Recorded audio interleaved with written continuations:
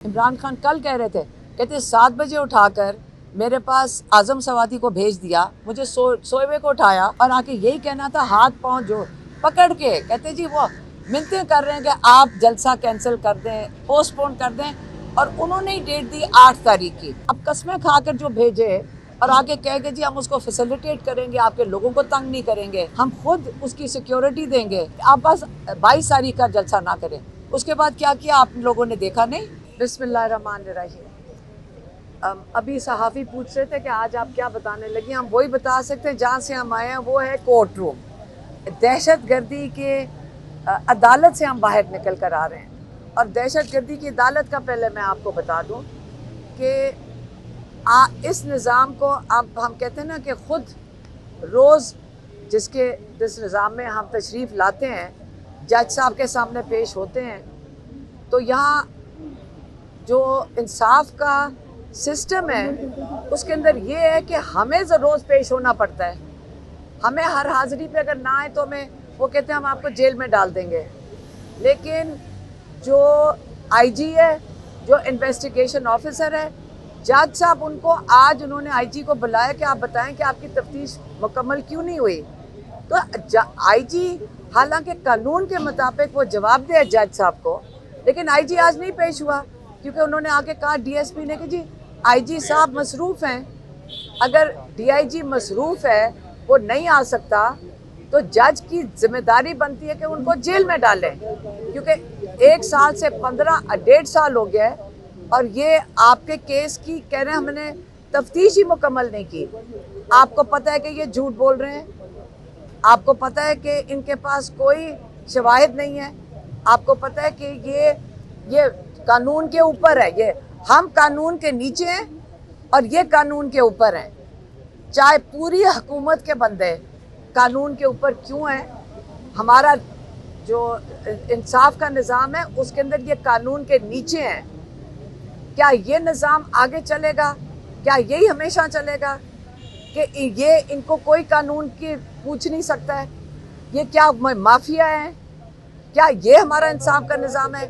America के अंदर जज को इलेक्ट करते हैं, यहाँ पे अगर एक बेचारे जज को एक बंदा अपॉइंटमेंट देता है कि जी मैंने तुम्हें फेवर करके यहाँ जज बनाया है, तो वो बेचारा जज की मजबूरी है कि उसी के लिए करे, उसको ही सुने जो उसको जज लगाएगा। अब ये जो चीफ जस्टिस खातून आई हैं, अब इनको नीचे से उठा के इनको यकीन ही नहीं आ रहा होगा इनको चीफ जस्टिस बना दिया है। तो अब चीफ जस्टिस को अगर ऑर्डर आएगा लाहौर के चीफ जस्टिस को कि आप ये सारे जज अब तब्दील कर दें, क्योंकि जज इस वक्त इंसाफ देने का कह रहे हैं, तकाजे पूरे करना चाहते हैं। मैं आपको ये बता दूं कि हमने आके देखा है कि कई जज इंसाफ देना चाह रहे हैं, कई जजों ने शर्मिंदगी दिखाई है कि हमें ये इंसाफ देने नहीं दिया जा रहा। जैसे ही उन्होंने इंसाफ के तकाजे पूरे करने चाहे, क्योंकि वो भी फंस गए हैं, वो कहते हैं बस ख़त्म करो और चलाओ केस को, सारे एटीसी के जजेस को तब्दील कर दिया गया है। ये पीछे से कौन तब्दील कर रहे हैं? ये नवाज शरीफ की हुकूमत, मरियम नवाज की हुकूमत, और उसके पीछे उनके पीछे इस्टेब्लिशमेंट। ये गठजोड़ जो है ये छोटा होता जा रहा है। हम कब तक इस लाकानूनियत को बर्दाश्त करेंगे? हमें अपना सोचना पड़ेगा, सिर्फ इमरान खान का नहीं, ये सिर्फ इमरान खान के साथ नहीं हो रहा, हम सब के साथ हो रहा है। कल आप भी सोच रहे हैं जब आपके बच्चे उठाए जाएंगे, जब आपके घर की खवातीन उठाई जाएंगी, आप मुझे बताएं किस कोर्ट में जाएंगे आप? वो तो जज वही करेगा बेचारा मजबूरन, क्योंकि उसके बच्चों को भी धमकियां हैं। कितनी देर ये धमकियां चलेंगी? ये निज़ाम नहीं चलने लगा। ये जुल्म का निज़ाम इमरान खान बारी बारी कह चुके नहीं चलेगा। तो ये इमरान खान कह रहे हैं मेरी फिक्र ना करें, आप अपने हकीकी आज़ादी के लिए खड़े हो जाएं, क्योंकि ये जो निज़ाम है मैं सिर्फ उसके रास्ते में खड़ा हूँ। ये जुल्म आपके साथ हो रहा है।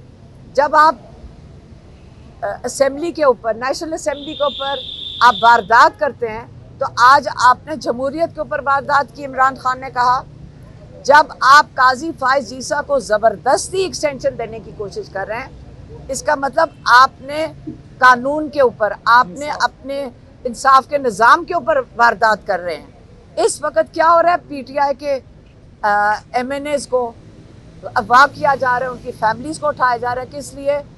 ताकि काजी फायज़ ईसा को एक्सटेंशन मिल सके।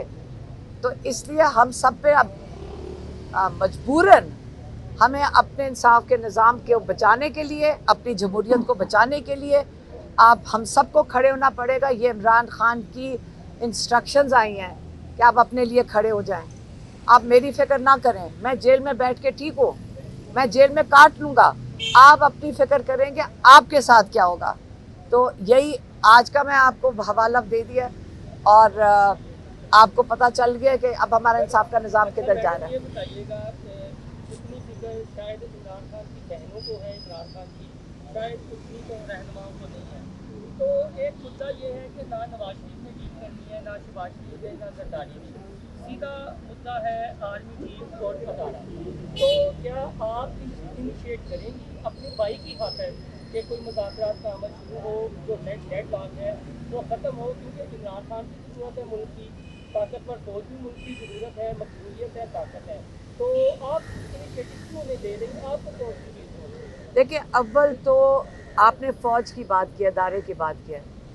मेरे और मेरे बहन के जो हस्बैंड हैं दोनों एयरफोर्स में थे, तो हम तो खुद इस फ़ौज के साथ हमारा ताल्लुक़ है। तो आप जब फ़ौज की बात करते हैं, मेरे ख्याल में ये पूरी बात नहीं है। फ़ौज के साथ ही बात करें। आप आसिम मुनीर की बात कर रहे हैं। आसिम मुनीर को अगर कोई अपने खदशात हैं आके हमें बता दे, हमें क्या पता है, मैं क्यों बात करूं। उसको मसला तो उसको है जो हमारे भाई को जेल में डाला हुआ है। उस मसला तो जिसको है वो आके बात करे, बताएं तो सही उनका मसला इमरान खान से है क्या। क्योंकि वो लोगों की आवाज़ है, इसलिए उसके साथ मसले हैं। वो इमरान खान को नहीं दबाना चाह रहे, वो आपको दबाना चाह रहे हैं। इमरान खान क्या मांग रहा है?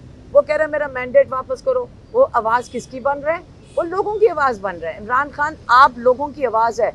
करोड़ों वोट जो आप लोगों ने डाले थे, इन्होंने चोरी करके उनको पकड़ा दिए। अब आप वो आपके लिए जब खड़ा होके इमरान खान जेल में बैठा है, तो वो आप इमरान खान क्या डील करे कि आपके वोट के लिए ना खड़ा और अपनी ज़िंदगी मांगे। इमरान खान ने नहीं मांगी अपनी ज़िंदगी। इमरान खान अभी भी कह रहे हैं स्टोलन मैंडेट वापस करें, इंसाफ के निज़ाम के साथ खिलवाड़ ना करें। और इमरान खान के 2 मुतालबात हैं, वो बारी बारी कह चुके हैं। तो आप क्या चाहते हैं? आप लोग बता दें कि क्या डील करें हम जाकर इनके साथ। आप मुझे बता दें, हम वही जाके बात कर लेंगे। मैम, इमरान खान साहब ने ये कहा कि जब ये पार्लियामेंट वाला मामला हुआ, लोगों को गिरफ्तार किया गया, उन्होंने कहा कि मैंने अपनी एक कमेटी बनाई हुई थी, कुछ लोगों को कहा था कि आप इस्टेब्लिशमेंट के साथ डील करें। अगर आप ये कह रही हैं कि क्या डीलिंग करें, तो इमरान खान साहब से ये सवाल है उन्होंने किस डीलिंग के लिए अपने बंदों को कहा? उन्होंने कहा जी बातचीत के दरवाजे बंद नहीं होने चाहिए। तो उन्होंने कहा अच्छा पॉलिटिकल लोग हो, जाओ जाके बात कर लो। पाकिस्तान की जो कहते हैं ना सियासत, तो उन्होंने, क्योंकि लोग कहते थे इमरान खान बात करने को तैयार नहीं, उन्होंने कहा ठीक है कमेटी बना दो। तो क्या किया इन्होंने? धोखा दिया। इमरान खान कल कह रहे थे, कहते 7 बजे उठाकर मेरे पास आज़म सवादी को भेज दिया, मुझे सोए हुए को उठाया और आके यही कहना था हाथ पांव जो पकड़ के कहते जी वो मिन्नतें कर रहे हैं कि आप जलसा कैंसिल कर दें, पोस्टपोन कर दें। और उन्होंने ही डेट दी 8 तारीख की। और उन्होंने कहा जी अब कस्में खाकर जो भेजे और आके कह के जी हम उसको फैसिलिटेट करेंगे, आपके लोगों को तंग नहीं करेंगे, हम खुद उसकी सिक्योरिटी देंगे, आप बस 22 तारीख का जलसा ना करें। उसके बाद क्या किया आप लोगों ने देखा नहीं। मेरा ये क्वेश्चन है कि आप जब से केपी गई हैं उसके बाद अली अमीन की कारकर्दगी बड़ी जारहाना हो गई है। आप उनकी अब इस कारकर्दगी से मुतमईन हैं? आपसे अपडेट हो गया जब से आप देखें, अली अमीन बहुत जो भी वो काम कर रहे हैं, उनको बड़ा मुश्किल हालात में वो काम कर रहे हैं। पहले ये भी सोचें कि उनके साथ आपका ख्याल है कितना आसान है। इस वक्त सेंटर उनको पैसे नहीं देता, जो काम वहाँ करने के हैं वो बड़े मुश्किल हालात में इस वक्त काम कर रहे हैं। चीफ सेक्रेटरी उनको तंग करता है, कभी आईजी को पीछे से ऑर्डर आ जाते हैं, तंग ही कर रहे हैं ना। तो कोई फ़र्क नहीं पड़ता, वो करेंगे, जारहाना रहेंगे। हम जो गए थे, हम गए थे कैदियों की फैमिलीज़ के लिए।